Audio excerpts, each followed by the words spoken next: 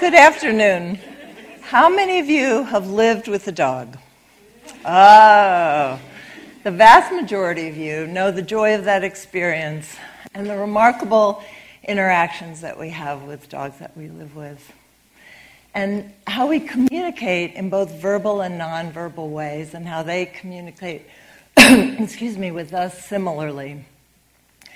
So what I want to talk to you about today is some of those ways and some ways that we can overcome some of the difficulties that dogs have. So if you live with dogs, you know something about that communication. The fact that when you put on your running shoes, you're sort of asking your dog, want to go? And what does your dog do? Jump for joy, follow you around the house, ready to go. If you put on your go-to-work shoes, what might your dog do? Sulk, go to its bed, look chagrined, sad. So you and your dog are having communication in that way. When you're having a sad day, you may find your dog appears and puts its head in your lap, seemingly so empathetic to your feelings. It's quite remarkable, isn't it? This social intelligence of dogs. We have lived as humans with dogs for thousands of years, and dogs have really perfected this type of intelligence where they notice things visually and sounds as well, and we communicate in many ways. In my role as a veterinary behaviorist at North Carolina State University, College of Veterinary Medicine, clients come to see us with their dogs. And their dogs, they regale me with stories about their dog's intelligence. The fact that they know so much. They do tricks, and they may show me the many, even complex skills that their dogs have. But they come to see us because there's something that dog can't learn, and it puzzles them. Like, he learns all these other things. Why can't he learn this particular behavior? Or more commonly, not to do a certain behavior. And we'll talk about some of those. And so what we often find is that the impediment to learning may have something to do with anxiety and fear. So what I'd like to do is share some examples from our clinic of some of the things that we see and ways that we might help dogs as we go forward and express our compassionate care for them and our desire to live harmoniously with them as well. So here, our cue video. So this is in our clinic. The dog is barking and jumping up, and this is the X-rated part of the video. He's mounting me as well. He's so confused. There we go. There we go. Some of you may recognize this kind of vocalization at your front door. So this, okay, uncertainty about what to do in a sort of arousing situation. Another option is to use the keep away signal, the signal that says maybe to the approach of a friendly stranger where the dog says, I don't know you, get back, stay away from my owner. Here is the threat that I'm giving you, a growl and a snarl. And at that moment, I really didn't want that leash to break, right? And this may be familiar to some of you. Dogs that are a dog that is never destructive when the owner is at home, and yet, when left alone, destroys the blinds, chews the molding around the door in an apparent attempt to escape his bondage and go with the owner. So what we often call separation anxiety. And I want to show you some examples of how dogs express themselves and express these emotional states of anxiety and fear. We're going to show two videos here, and this is my therapy dog, Tenya, and I'm there on the right. And she's on the left, she's going to be approached by a person she knows very well, And on the right, she'll be approached by a friendly stranger that she doesn't know as well. So if you would start the left video and then stop on my signal.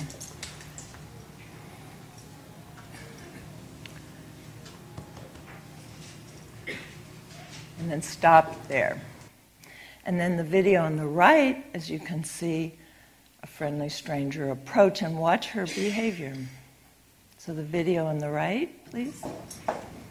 Again, a friendly greeting. And stop there. And compare these two videos, right? It's pretty subtle. This dog is not at all aggressive, but she's expressing something in a rather subtle way that's very different in response to a direct approach by a person. And many dogs are a bit threatened by a rapid, direct approach by a person. And she's doing a signal that we sometimes call a look away, where a dog ducks his head and looks away. We see that in other dogs, and I want to mention just my little model here before we go forward. And this dog is actually posed in the look-away posture. I don't know if you guys can see that, but as I approach this dog, it's looking away, right? And that's a really significant behavior. It's a deference behavior, and he's saying, I mean you no harm, but could we do this differently? Could we sit down together and get to know each other? Could we have a different way of interacting besides this one? Right? So let's look at some other videos in our clinic where we see a little more activity. So we see dogs trying to escape. They pant excessively. They're looking for a way out. They sit on their owner's feet, trying to connect to the owner and often look at the owner to almost as if they're saying, save me from this situation. In this video, you'll see another anxious dog. You see this dog, again, looking around. You get the feeling that he might try and escape. He's sitting on the owner's foot and looking at the owner. It's very common. And he's also going to yawn, and we see yawns as commonly associated with anxiety behaviors in dogs, like that. He's not ready for a nap. And this dog, again, as I approach, started wagging his tail, but as I got closer, he gets that, we sometimes call it the worried faces, that worried look that says, oh, brother, how can I get out of this? He's beginning to look away, and he's exhibiting what we sometimes call whale eye. It's the evidence of the sclera where it is exposed, and then the dog's ears are back. So he has a posture that suggests his anxiety. In this particular pose, I want you to really take a look at the features of this dog. So this is a dog that, on the approach of a friendly stranger, is skittered under a chair. And look at the features of its behavior. So we have tail tucked, a wide-based crouch stance, the raised paw, and the raised paw is often associated with what we might call conflict. That is, the dog may be thinking about, can I escape this? Should I stay here with my owner who's out of the field? What am I to do? It's a real conflict behavior. And look at this dog's face. So again, wouldn't you recognize that as a worried dog? The sclera of the eyes are evident in that whale eye. The ears are back. And what might this dog do next? So he's communicating his fear and anxiety, and he's also telling us that he's moving into what we might call the flight or fight zone. He may decide that he'd like to make a getaway if he has that opportunity.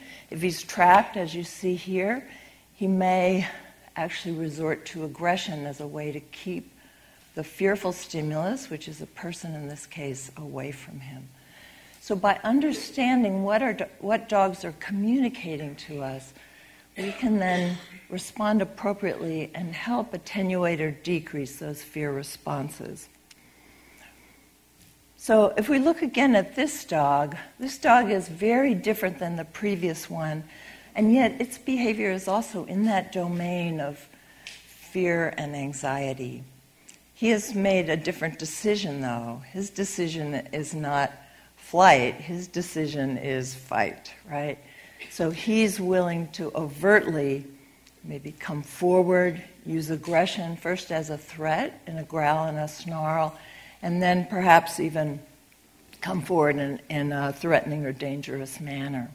So dogs have many ways of responding, but the more we know, the more we can connect and recognize these signs, the better we can manage them. So how do we manage them? This is our stock and trade at our behavioral medicine service, and I'll show you just a couple of examples. But one is to create a safe bubble for the dog adjacent to the owner.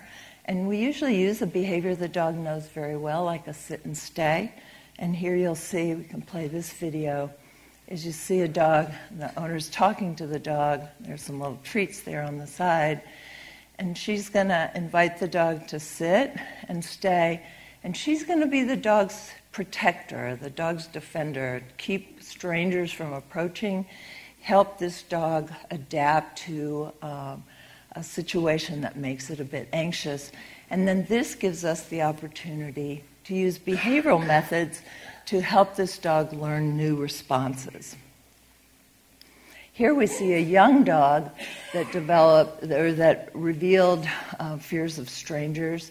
And so we're going to use what we call a systematic desensitization protocol, and I'll show you a few steps in it here, in that the owners are sitting there with the dog, and the dog is very comfortable with the owners. We're going to see a veterinary student come forward and invite the dog to come forward for a treat.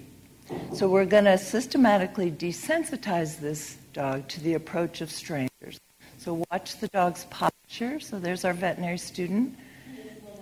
And he's being directed by our technician, coming forward, being comfortable and stepping back. No penalty, easy task. And then as we go forward, and this can be done rather quickly, is this dog begins to learn new responses and begins to feel safe in a novel or new situation. So the student now invites the dog to come forward and sit and rewards it for this relaxed posture and lack of barking and aggression, which is what he expressed before. Okay, that's it on that one. Okay, now, as sort of a quiz, I'm going to run a video for you. I want you guys to really watch the dog in this video. So there is a dog, which you'll see in a minute. It's a Jack Russell Terrier, and a 3-year-old child. The father, this is a home video, the father's behind the camera, and the child says, "He bites me." It's a little hard to understand, and I do want to assure you that no one was injured in the making of this video. Okay, run it. He bites. A little snarl there. I want you to watch the dog's behavior. He does a little freezing. He's looking at the child, and you'll see him look at the father. He's trying to eat in peace, I think would be his preference. And watch, you're going to see this paw lift in just a minute. There it is. So that's a really common conflict behavior. When dogs get stuck, they're anxious, they don't quite know what to do. This is the part where I get nervous. And the father is giving the dog a little admonition, like, take it easy there. That shaking is something that some dogs exhibit when they're fearful or anxious. Doesn't that smack and scratch it? And now watch what the dog does, looking up at the owner saying, "Save me from this situation." Right? Can't you imagine it? Okay. So what are we going to do in this situation?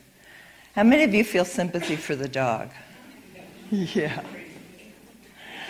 And the history was really that this dog was becoming clearly more, manifesting some signs of aggression, some signs of distress, as this child got bigger and bigger and exceeded more clearly the size of the dog. And so what did we do? Well, the first thing we did was to create for the dog just a simple gate in this little area. His crate and bed is back there, his food and water. So we put up a gate, and in the gate there was an opening just the size of a Jack Russell Terrier. And so the dog could elect to go and eat and sleep and rest and escape from the 3-year-old when he needed to. And what was the effect of this? It was actually quite remarkable. We saw what we sometimes call a behavioral release. And what does that mean? It's that all of a sudden the dog began to exhibit more and more normal and joyful behaviors. And the owners even said, he just seems happier now. And indeed, the dog could then find a time to eat and rest without worrying about the child. And the dog's real welfare improved. The other thing we did was to set up positive relationships between the dog and the child. This is the Hoppy.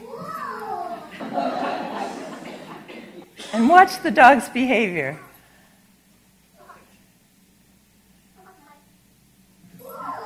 Right? A transformation. And so by meeting the dog's behavioral needs, by managing his fear and anxiety, we've created, a much safer situation for this child and a much improved lifestyle for this dog as well. And I just want to mention before I close, number one, is dogs do tell us what we need to know. So I urge you to watch your dogs. Watch for those subtle signs of fear and anxiety.